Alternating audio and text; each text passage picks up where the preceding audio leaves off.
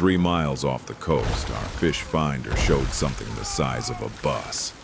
It followed us for 2 hours. It's still down. A small wooden fishing boat, rocking violently in the dark, stormy ocean water at night. Waves crashing against the hull, rain falling, water splashing over the deck, boat rising and falling with the swell, distant lightning flickering, extremely dark, oppressive atmosphere, cinematic, photorealistic, high contrast, dramatic storm lightning, slow, dramatic camera drift, 16:9 aspect ratio, widescreen. The fish finder showed a shape too large and too symmetrical to be a normal school of fish, sitting steady, roughly 40 meters below the boat.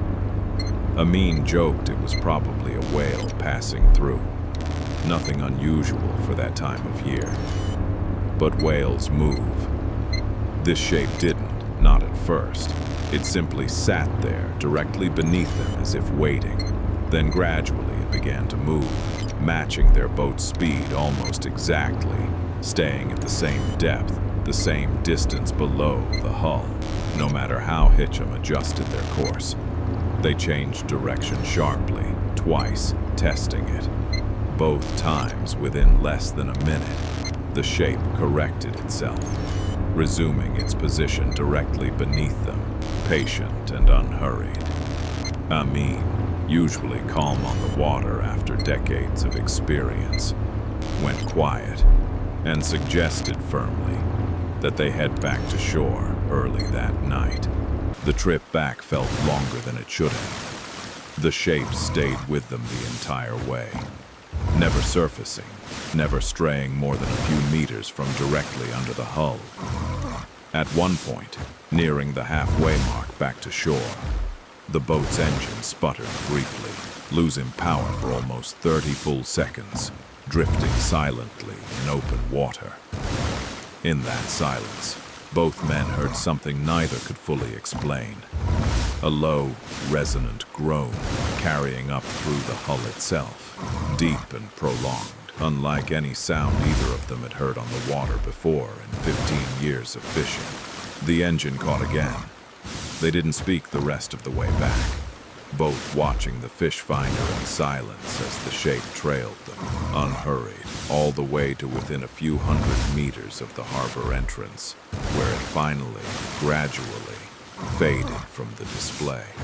Hitchum didn't go back out on the water for nearly 2 weeks.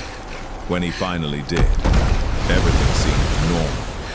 No unusual signals, no strange shapes.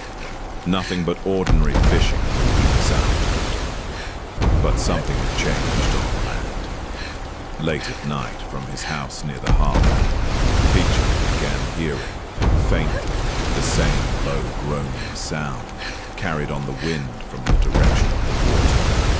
Always after midnight, always brief, lasting only a few seconds before fading. He asked a few older fishermen in the harbor if they'd ever experienced anything similar. Most laughed it off, blaming old shipping equipment, distant tanker calls, nothing worth taking seriously. One older man didn't laugh. He told Hiker, quietly, that decades earlier, before newer regulations changed the local fishing routes, boats occasionally reported something similar in that same stretch of water. Always described the same way, something large, patient, matching a boat's speed exactly, never surfacing, never attacking, simply following for hours before disappearing near shore.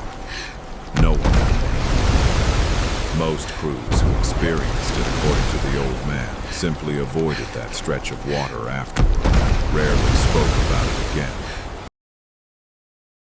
2 months later, alone one night, checking equipment near the harbor, after most other boats had already gone in, Hitchum heard the groan again, closer than it had ever been from shore, seeming to come from directly beneath the dock itself, rather than from the open water.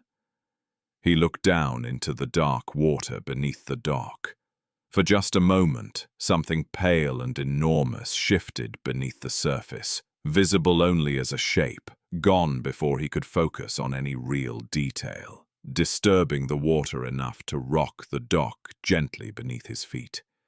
He didn't wait to see if it would surface. He left the dock immediately and didn't look back. Heecham still fishes those waters. He's careful about how far out he goes, and he never stays near the harbor alone after dark. The signal hasn't shown up on his fish finder since that first night, but every so often, usually late, usually after midnight, he still hears it, faint and low somewhere out past the harbor lights. If this one got to you, subscribe. There's a new true story every week. Would you have gone back out on that water again?